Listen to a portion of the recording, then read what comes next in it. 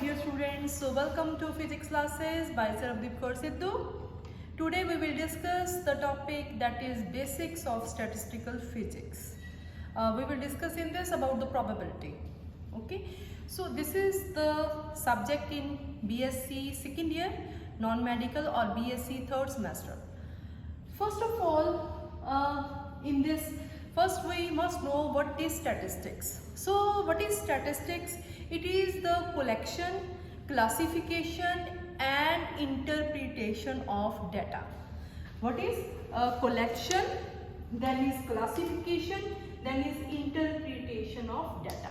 So first, for example, if we want to find out the male-female ratio in our college, then first we collect the data from all the classes, then we classify according to our demand which we want, then we interpret. So this is called statistics. So why this science occurs? So aim of this statistical science is to bring out a certain order in the data, and when we apply this statistics to physics, clear, then it becomes statistical, give rise to a new science, new physics branch, that is statistical physics. So now question arises, where we use statistical physics or statistics. So in 17th century, all the you can say, if we want to discuss a system, so we use dynamic variables. With the help of dynamic variables, we can find out all about the system. But when a system contains a large number of particles, any system, that may be a solid, liquid, gases, clear, then that system having large number of particles, then we can't apply that is dynamic variables, because for that system we can't find out all the you can say variables for each individual atom, clear. So for that system we use statistics. For example, if we have a gas, gas, then for bulk properties of that gas, like temperature, pressure, we must know about the number of molecules per unit volume and the speeds of all the individual you can say molecules. Then for that we can't easily able to find out the speed of each particles. Then at that time we will use Maxwell's Boltzmann statistics, or you can say we can find out the most probable speed or velocity. Most probable speed or velocity means we can able to find out the speeds of so many particles which have same speed. So that speed is the most probable speeds. So with the in that we use statistical physics, that is the MB statistics. So there are so many other systems in which we use quantum statistics. That quantum statistics is and that is a BE, and that is FT statistics. So statistics is, the answer is this: the statistics is used where the system contains a large number of particles. For example, you can give the example of large nuclei with the number of nucleons of the order of 10⁻², a large number solids and liquids having a number of particles, that is 10⁻23, 10⁻23, so many.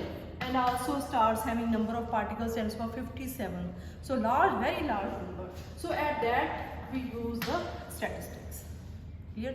Then statistics, I have already explained that statistics have two branches, that is a classical statistics and quantum statistics. Classical statistics means Maxwell's classical and quantum. So classical statistics, that is MB and Maxwell Boltzmann, and quantum is BE and FD. We will discuss these in details in the next coming chapters. So this will explain the pressure, temperature and energy, and black body radiations, and you can say black body radiations, and also some other things that were not explained by this classical, that will be explained by quantum. Here. So this is all about the first about the statistical physics. Now the basics.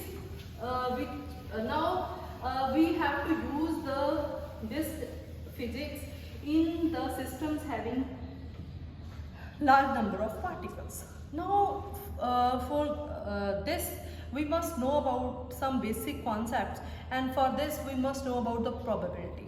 First we know about the probability. So for probability there are some basics I will explain in this lecture. First is the event. What is the event? Event is you can say simply, you can say experiment. If we do any experiment, for example, any experiment. For example, if you toss a coin, if you can give example, tossing a coin,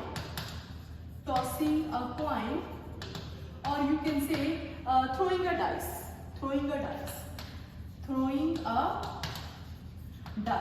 So these are the examples of an event, that is you can say experiment. Clear? Then is a wave. Wave means you can say outcomes, results. You can say waves, you can say results. Results means if you toss a coin, either head will come or tail will come. That is a result. That is a wave. For example, if you throw a dice, either one dot will come, either 2, 3, 4, 5, 6. Clear? That are the waves. Clear? And tossing a coin or throwing a dice, that is the experiment. Clear? Then is after this, equally likely waves. Equally likely ways, or you can say equally likely probability also, but probability we will discuss after discussing this definition of probability. Equally likely means you can say if we toss a coin, either head will come or tail will come. So head आने की probability or tail आने की probability, that are the same. So that are the equally likely ways. That are the equally likely ways, or equally likely probability is also the same. Clear? For example, if we toss a coin, then the probability either head will come or tail will come. The probability will be same. Clear? That is equally likely ways. Then are the favorable ways. Favorable ways, you can say the number of cases favorable to an event. Number of cases favorable to an event in a trial. Clear? Is the number of outcomes, you can say number of favorable ways.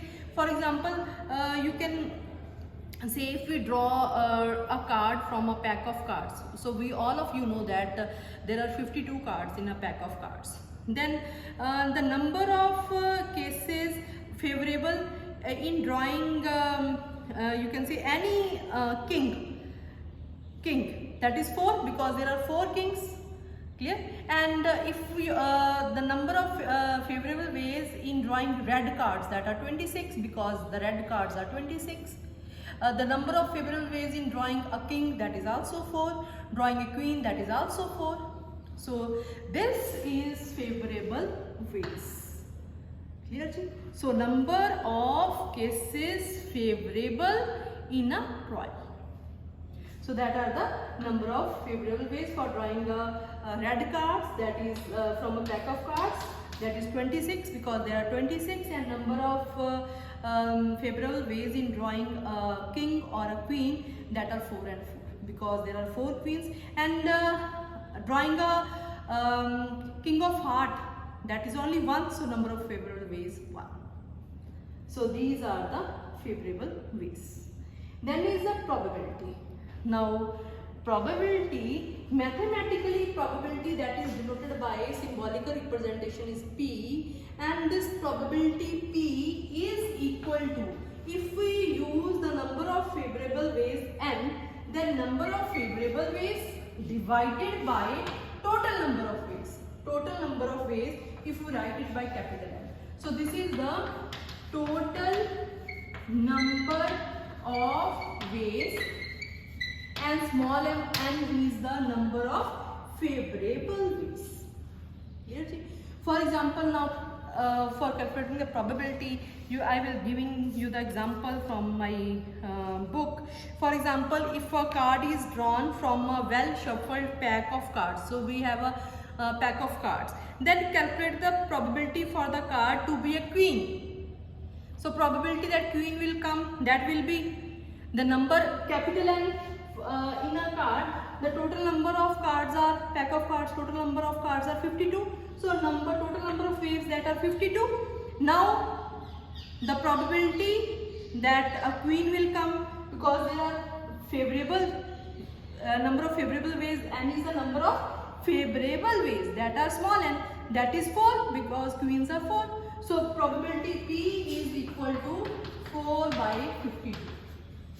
Clear? And a king will come, that is also 4 by 52. Clear? And for example, you can also find out the probability if you are tossing a coin, either head will come or tail will come. Okay? Then total number of ways that are 2 and number of favorable ways that head will come. If you want to find out the probability that head will come, that is a 1. So the probability is 1 by 2. And if tail will come, then that is also 1 by 2. So in this way, you can also find out the probability. And if you want to find out the probability from a pack of cards that queen of heart will come, then how you can find out that queen of heart will come, or then the queen of heart is only 1, that the number of favorable ways is 1. Clear? And number of cards are 52. Clear? See? So in this way you can find out the probability. And next another question that will come in the exam, that is calculate the probability of getting any card of hearts. Any card of hearts. So listen carefully, that calculate the probability of getting any card of hearts. Any card of hearts from a deck of 52 cards or a pack of 52 cards. So there are 52 cards, so total number of ways capital N is 52, but we want the probability of getting any card of hearts. So the number hearts, so the total hearts, the cards of hearts are 30. So probability of getting a card of heart, that will be equal to 30, because the number of heart, that is the number of number of card of hearts, that are 30. Okay? And divided by total number, that is 52. So 13 by 52. So in this way you can find out the probability. Clearly? And then I have write this, that m plus p, that is equal to 1. What does it mean? M plus p is equal to 1. This means that this P stands for probability for a favorable ways. Probability for a favorable ways. And this M is probability of unfavorable ways. This is probability of favorable way, and this is probability of unfavorable ways. So how we can explain this M plus P is equal to 1? For example, I am writing here M plus P. M plus P. P is number of favorable ways. So for example, we are throwing a dice and we want that only one dot will come. So the probability favorable way is 1. Favorable way is 1. And the total number of ways is 6, either 1, 2, 3, 4, 5. So probability that one dot will come, that is equal to 1 by 6. This is the probability for a favorable way. And probability for unfavorable way means one dot will not come. One dot will not come means either 2 will come, 3, 4, 5, 6, 7, 6. So total number of that unfavorable ways, that is 5, and number of total is 6. Okay. So this is your M, that is the probability for a unfavorable ways. So when you add this m plus p, that is equal to 1 by 6 plus 5 by 6, that is equal to 1. So probability for unfavorable ways, sum of probability of unfavorable ways to probability of favorable ways, that is always equal to 1. And maximum probability, that is 1 also. Then is mutually exclusive events. What are mutually exclusive events?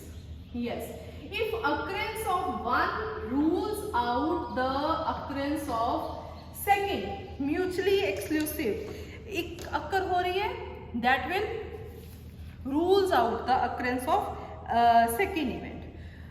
For example, you can say that events are said to be mutually exclusive if no two of them can occur simultaneously. For example, if we toss a coin, either head will come or tail will come at a time. One will come. So that types of events are called mutually exclusive events. Clear? Then for this mutually exclusive events, there is a addition theorem. Addition theorem means for mutually, listen carefully, addition theorem for mutually exclusive events. For mutually exclusive events, if P1 is the probability of occurring a one event and P2 is occurring a probability of occurring a second event. P1 for mutually exclusive. What is the statement of this theorem is for mutually exclusive events, if P1 is the probability of occurrence of one event and P2 is the probability of occurrence of second event, then probability of either first event will occur or second will occur.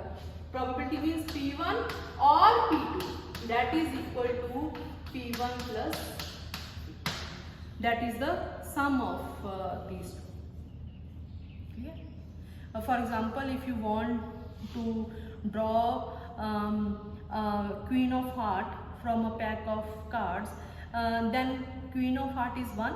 So probability for this is at least you are drawing for mutually exclusive event, you want that at least when you draw two cards, when you are drawing two cards from a pack of cards, at least one will be the queen of heart, then the probability is 1 by 52 for first event and 1 by 52 for second, then they will be add up. So this is addition theorem. Then is multiplication theorem. Multiplication theorem, if probability of occurrence of two independent events are P1 and P2, independent events. So listen carefully.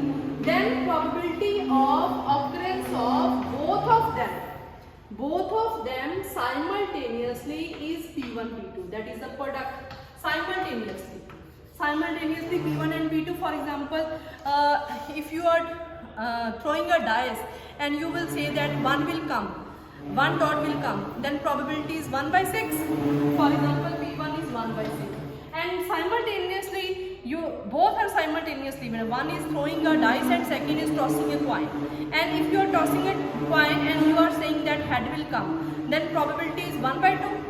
1 by 2 is probability for head will come, and 1 by 6 is the probability that one dot will come when you are throwing a dice. Then that is total, that is 1 by 2, that is 1, total probability is 1 by 12. That will multiply for simultaneously occurrence of both of them simultaneously. That will multiply, and for mutually exclusive events either P1 will come or P2 will come, that is the sum of 2. That will be the sum of 2. And secondly, always the probability, this is always a question come in entrance exams, that probability for a favorable ways, that is less than probability for unfavorable ways. For example, 5 by 6 is for unfavorable and 1 by 6 is for favorable. So this is more, for unfavorable is more than favorable. Clear? So this is the about the probability. One question I also come in my mind. For example, if you are throwing a dice and you will say that at least you have to find out the probability that at least 4 dots will come. At least 4 dots will come means you have to find the probability. So 4 dots mean 4, or at least 4 means 4 can come, 5 can come, or 6 can come. So total number of favorable ways is 3 and total number of ways is 6. So probability will be 3 by 6. At least 4 dots will come. If you will say that probability to find only 4 dots, then that will be 1 by 6. So this is all about the basics. So thank you very much.